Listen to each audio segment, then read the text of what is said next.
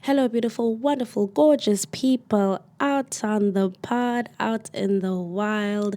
Welcome to a new episode of Writing Feels Like Love, the Waffle Podcast. I am your host, Sisipo Sojola. And you know what's about to go down about now? We are about to chat. We are about to let loose. So get cozy and strap in because it's about to be a goodie. So, your host, ladies and gentlemen, just celebrated her birthday. Whoop whoop. A big shout out to all the fire signs. A big shout out to all our Aries, the first of the zodiacs, the babies of the whole, I guess, horoscope. This one is for us. So I celebrated my birthday yesterday. Just turned 29. So this is my last year in my 20s. I feel like my 20s in and of themselves were challenging. They gave me a lot to think about. They gave me a lot to grow from. They were amazing. They were the best times, obviously, but now I'm in the last stage.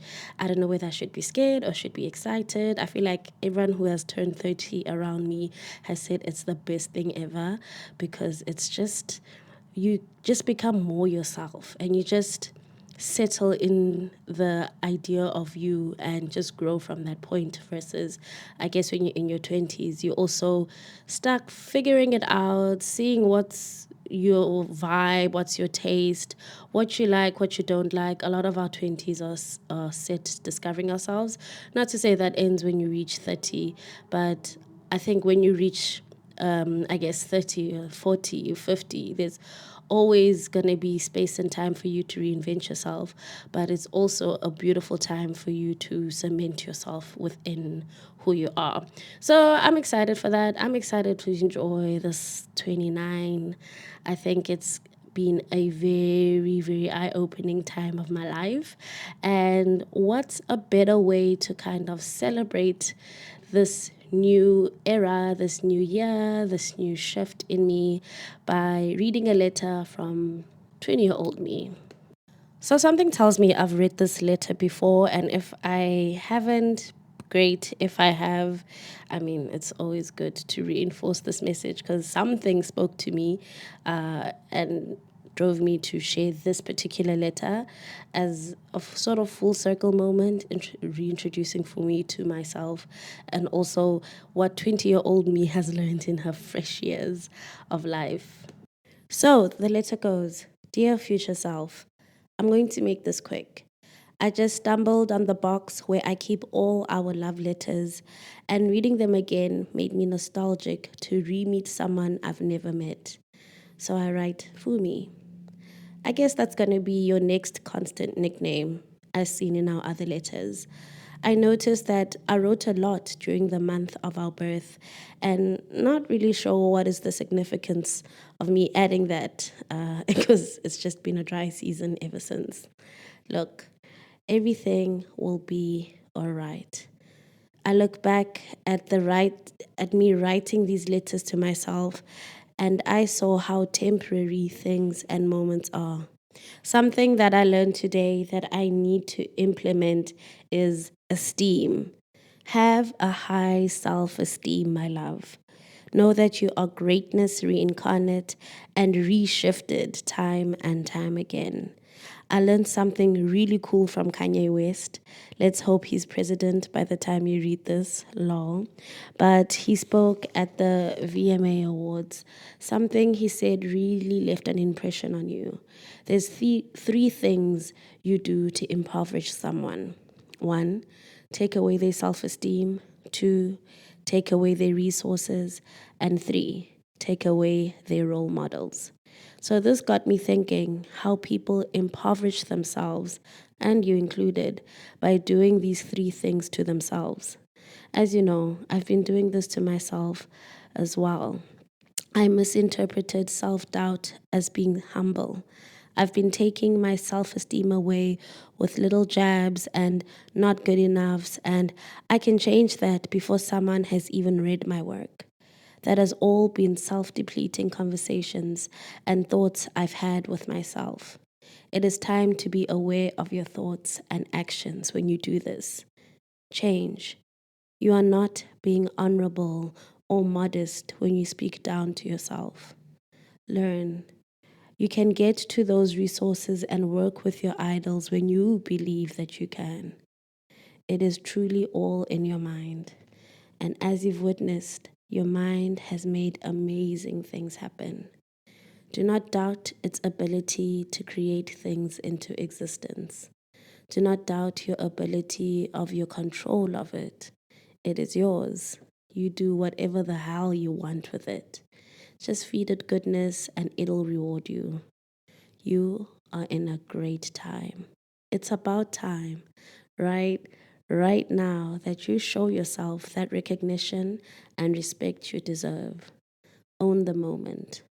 Love yourself with urgency today, today, today. The last lines were from my favorite writer, Upile Chisala. And yeah, that was beautiful. So the Kanye stuff might have aged like milk, but the gist of everything else, the messaging that was behind that good intention as 20-year-old naive me was still true. It still rings true today. I think I still find myself putting myself down, changing before I even, share, trying to make it perfect, it not being perfect, being told that it's not perfect, and then letting that let me spiral. A lot of those things are things that I've done and that I embodied during my life. And sometimes you need a reminder from a version of yourself that didn't see all of that, didn't see the flaws, that was just so brave and just wanted to do everything. You need advice from that little self to say, hey, love yourself with urgency. Right now, don't put it off. Don't say, oh, I'm gonna speak better about myself next time. Oh, I'm gonna be cocky. Or maybe I see cockiness as a bad thing or whatever it is. I mean, obviously, cockiness is not a great thing, but self confidence is a great thing. So that version of me was like, girl, I see it in you. I just need you to see it in you. Okay, so double whammy, I'm going to bring another letter forward. This time from my best friend Inganati. She wrote this letter to me when I graduated, and she had seen my sleepless nights. She had seen me crying over a bad grade. She'd actually seen it all. So this letter was so affirming because she was by my side through everything. But also, she has just got this beautiful way with words. She is an amazing writer. She's my favorite writer. She's definitely my favorite writer.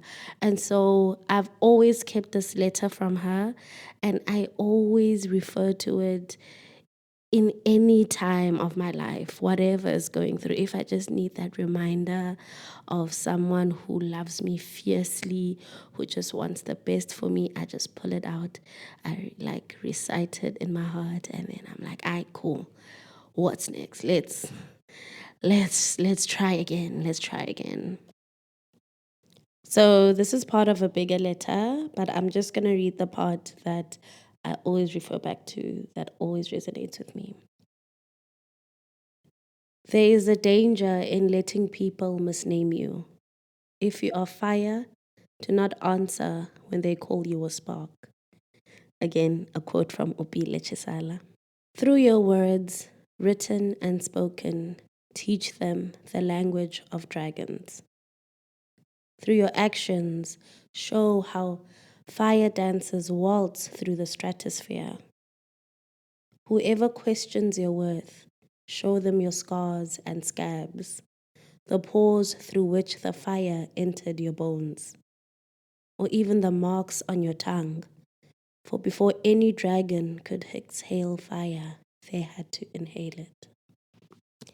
Again, such a fitting piece of writing for number one, Aries season, fire season, and number two, a new era, a new age, a new season of becoming and owning and being. My friend has just got the most moving way of writing. And sometimes, most times, you just need that reminder to show you that you're a fire, that you're a dragon, that you have seen things, you have experienced things, but that is what makes your flame that much brighter, that much stronger, that much potent.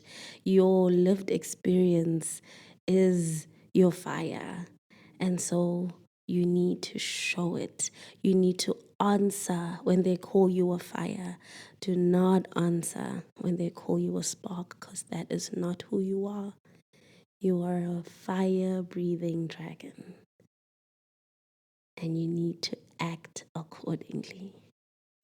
So let this be a reminder to you, but actually, it's a reminder for me about remembering that I am the fire, that I am the dragon, that I'm not a measly spark that comes and goes in the wind. I am the fire that lights, that burns, that gives warmth, that gives life.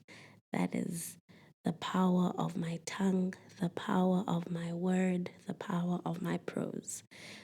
Just based off the people around me, I'm doing okay. So, from little me to my best friend to present me, I hope that you yourself can embody the words that I've shared today.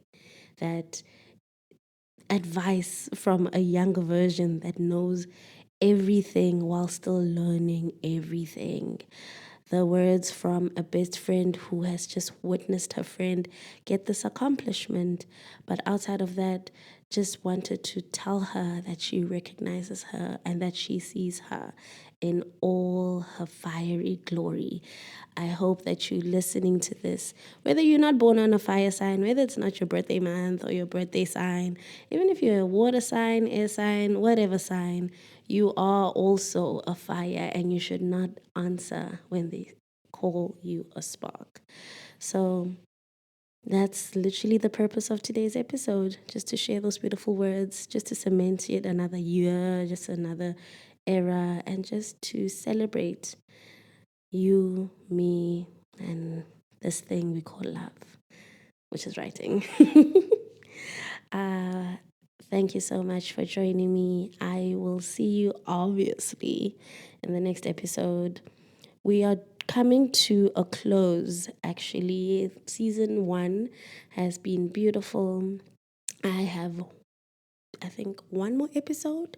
I have one more episode until I close the season off to bring something new, more interesting. I'm gonna get people to actually speak on you, so it's not just gonna be my voice that you hear. So I'm very, very excited about that. It's been a beautiful journey. It's been a beautiful 14 weeks, 15 weeks of just producing, editing, and just putting myself out there in this beautiful, beautiful podcast I call Writing Feels Like Love, the Waffle Podcast. So thank you so much for joining me. I hope you ride with me even in season 2. I hope you even get to season 3 and season 4 and just have deeper, more meaningful conversations that started as writing but just grew into something, just morphed itself into something bigger and just more amazing and just more interesting, and all the delicious things that we love listening to. So thank you, friends. I will see you at the next one, which will be the last one until season 2. Just stay tuned, and you know what to do. Stay cozy, stay comfortable, because we're still on this ride. See you next week.